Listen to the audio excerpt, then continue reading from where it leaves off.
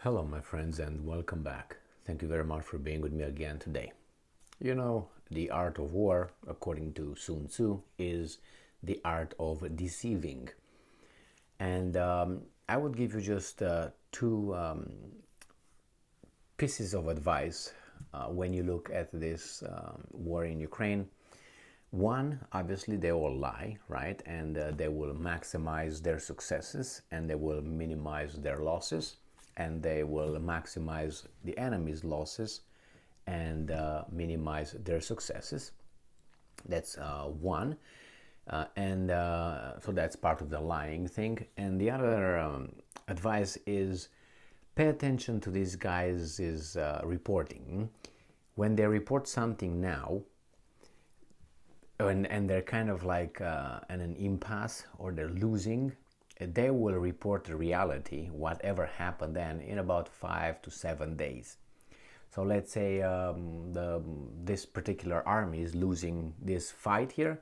They're not going to say they're losing it. They're going to just gradually get the point of admitting they lost in about 5 to 10 days. The other side would immediately tell you, inform you that, hey, they lost. But this side will not confirm that. And that also stays together with another advice that is under the same, falls under the same umbrella, and that is the one that when they report the news in one article regarding one issue, you would find more evidence or their things closer to what actually happened from other articles that are really not related to this one. You're going to pick from other articles what these guys did not tell you. So that's why it's good to read other articles, skirting around. Now, what do I have here? We have here the city of Bakhmut. And the city of Bakhmut is a place that the Russians were a city of used to be about 80,000 people, population, before the war. Now there's about 5,000 or 4,000. The Ukrainians appear to be almost surrounded over there.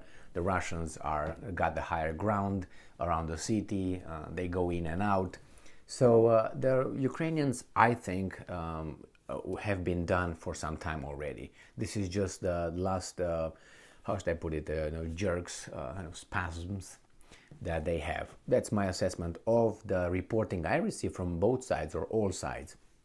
But they don't come and tell you flatly, hey, you know what, everything is lost. And what I'm trying to say here is that the Ukrainians, even though they claim, and not only the Ukrainians, the Western, the free, the good mass media informed us and told us that Bakhmut has no strategic value.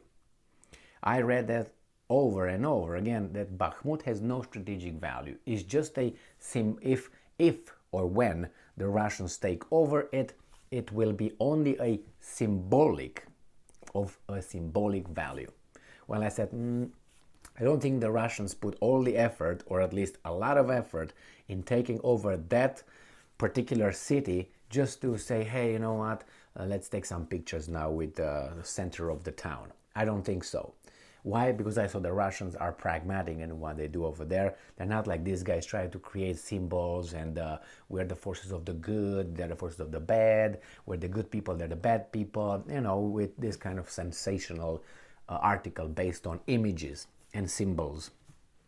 That's what I observed. That's my assessment of how the media portrays this war, good versus evil, versus the other one's existential situation and cultural strangulation and blah blah blah. So in this case now we find the good people, the good mass media tells us that, hey, actually Bakhmut might have an importance. Remember, the Ukrainians said that they will not lose Bakhmut. Bakhmut will not fall.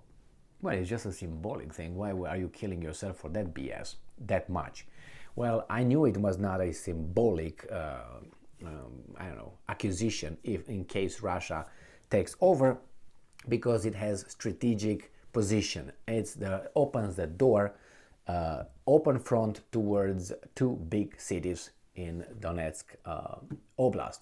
and I have an article. I have an article here that will try to obviously tell us, but not tell us, tell us something, but all of a sudden Bakhmut became the most important thing, according to the Americans or to the good media, okay? Let's go to the article and see what's going on here. So this article comes from the Newsweek, so it must be true, from February 21st, 2023. Why Bakhmut could decide who wins Ukraine war. Did you see this? I have never seen this hinted by the Russians or by anybody else. And now, look, who's winning Bakhmut could win Ukraine war. I know this could be sensational. I know that the West or whomever tried to hype the help for Ukraine by saying that, hey, if you don't give Ukraine everything now, then this will decide. It's now or never. I've been hearing this for 11 months that, oh, this will decide the war. Hey, no, this will decide the war while the Russians were advancing. No, give us more weapons. So Russia has been pouring its troops into the battle for the city of Bakhmut for months, but has so far failed to capture it. The battle for Bakhmut is approaching a tipping point. Clashes are intensifying around the city ahead of an anticipated fresh onslaught by Russia this spring. But why has the small industrial city become such a critical spot in the war? As Russia's full-scale invasion of Ukraine nears the one-year mark, the small industrial city of Bakhmut in Ukraine's eastern Donetsk region remains one of the most intense battlegrounds of the war. Russia and Ukrainian forces have engaged in grueling clashes in the area since July, as Moscow remains desperate for its first major battlefield victory since the summer of 2022. Russian troops are fixated on seizing Ukraine's eastern region of Donetsk and Luhansk, collectively known as Donbas, a stated war goal for Russian President Vladimir Putin. Now, the Battle of Bakhmut has been costly. Okay, we got that one. Usually, although the Bakhmut death toll is unknown, a top Ukrainian military officer claims in December that between 50 and 100 Russian troops were killed daily in the battle for Bakhmut. And how many were Ukrainians? Since the top Ukrainian military officer knows how many Russians were killed, he must know how many Ukrainians were killed. But hey, we're not supposed to know that somehow. And somehow Newsweek and Reuters and France Press and Le Monde and all this, they cannot find the number, man. Somehow they cannot find it. There's no whistleblowers, there's no nothing. It's a ordered silence. Because if you tell me that they cannot find the number, I don't believe that. Because they find the Russians' numbers and the estimates. But somehow the Ukrainians, taboo. They're following directions very well, or I would say orders. Bakhmut, which had a pre-war population of 70,000, well, I saw 80,000, is a shell of its former self. Okay, all right. So 90% of the Bakhmut residents have fled. Let's see. Ukraine President very difficult the situation in Bakhmut. And the city has also become an important symbol of Ukraine's resistance. So who makes symbols here? The Russians? And I'm quoting, Bakhmut has become a national battle cry for Ukrainian soldiers, their supporters, and even Zelensky. This is right here. This is symbolistic. This is, they work with images. It's a battle cry. The supporters is the symbol of Ukraine. Preventing its capture then will be key for Ukrainian troops' morale as the war drags on. Not strategically, morale. A live wall. All right, again, this is, you imagine what a live wall is, it just creates symbols and images. Many analysts say Bakhmut holds little value itself in strategic terms, but nonetheless, so it's strategic zero, little. But nonetheless, believe Russia will use the city as a stepping stone towards its goal of capturing the entire Donbas region. Yeah, while you are with a battle cry, these guys are, pragmatic and try to do what they do best.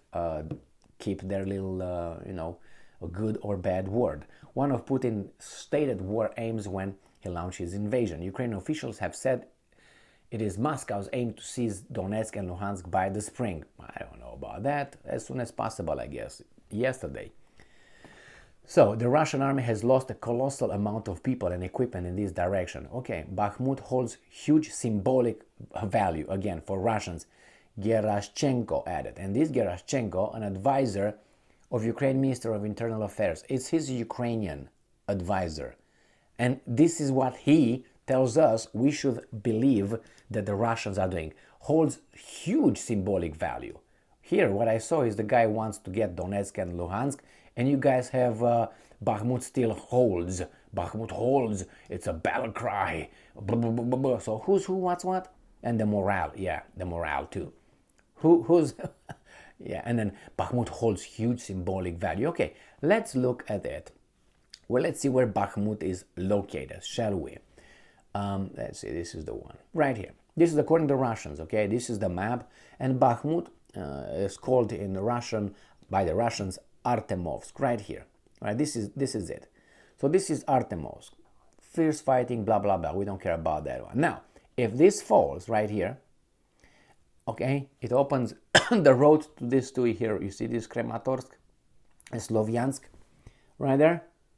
This is, if this falls, those are open and free. On top of that, you see this little thing here?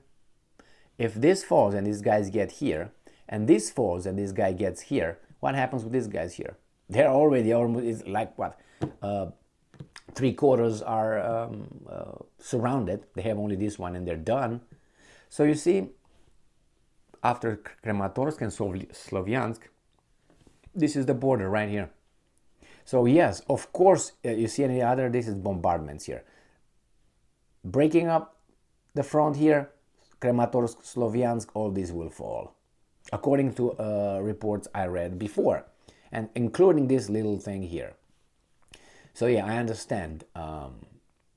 Let's see what else is going on. Symbolic victory. They keep going with this. If captured, Bakhmut would be Russia's first major battlefield victory since the summer of 2022, and they can keep going and reach their goals. That's something both Russia's conventional military and Yevgeny Prigozin's notorious paramilitary outfit, the Wagner Group, are desperately holding and hoping and competing to achieve.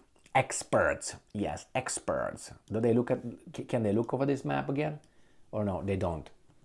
They don't want to look over the map and see this little thing here? No? Okay. Well, I guess they don't have access to the Russian maps. The fall of, I'm quoting, the fall of Bakhmut of limited strategic but high symbolic importance. These guys live in a cuckoo land. Would be claimed by Russian president as a major victory. Yes, it would be a major victory, but it's not because of the symbolic, it's for that strategic position. So this is what this guy, and Hilde tells us the Russians are just killing themselves over there because they cannot do anything. They're moving very slowly. So this is when you, these guys, are using ideology and make-believe. When you assess a situation, if you involve preferences, likes, dislikes, subjectivity, when you have an ideology and you have a certain worldview, like we all do, and you don't discard that and try to be as objective as possible and get the information as accurately and objective as possible and discard the make-believe, oh yeah, we would like to, yeah. They talk about symbolism, they talk about Putin's big showing off after he wins, but none of these guys talk about what's going over there, Slovyansk, Krematorsk, and so on. No. But it would be, I think, idiotic not to look at the map, at the reality in the territory, in the field. But they don't. They give us this, if they win, but we battle cry, our morale will not fall, resistance. Then you wonder why the sanctions against Russia did not work. As they said they will. They thought the ruble will fall on its nose the first 2 hours after they impose sanctions and they start they kicked Russia out of SWIFT. It fell, boom, and then in 48 hours it was back up. Is the Russian economy collapsed? Did you guys isolate Russia? You, the good people. Did you isolate the bad people? No, because there's plenty of bad people in the world that will associate with Russia rather than with the good people, because they're bad. But remember, some of those bad people were kicked in the teeth by the good people in the past. So I think they didn't forget that one. So anyway, my friends, it's interesting that these guys are still not giving you, because, oh, if it falls, the whole war is lost. Wasn't that the title? The title of this article, the headline, right, was why Bakhmut could decide who wins the Ukraine war. I didn't get any enlightenment after reading that article why Russia would win the war. Did you? And I read the article with you. I didn't get it. The only thing I read is that Bakhmut will not fall, they will use it as propaganda, and that's it. And Bakhmut is actually not really important. I didn't catch why they will. They didn't mention Severo, whatever it was, Sloviansk and Krematorsk. They didn't mention it. I mentioned it. They didn't mention anything. Oh, they will just get that would help them reach the goal of getting Donetsk and Luhansk. How? Why? Why not go around it? Why do you need to go through it? Anyway, this is the mass media. This is the Newsweek. The media, the good media of the good people. Okay? Don't listen to the bad people's media, because that's bad by definition, because they tell us so. And you have to believe them, because they will never, never lie to you. Thank you very much for being with me again today. Stay strong, stay smart, look for the truth, and be just.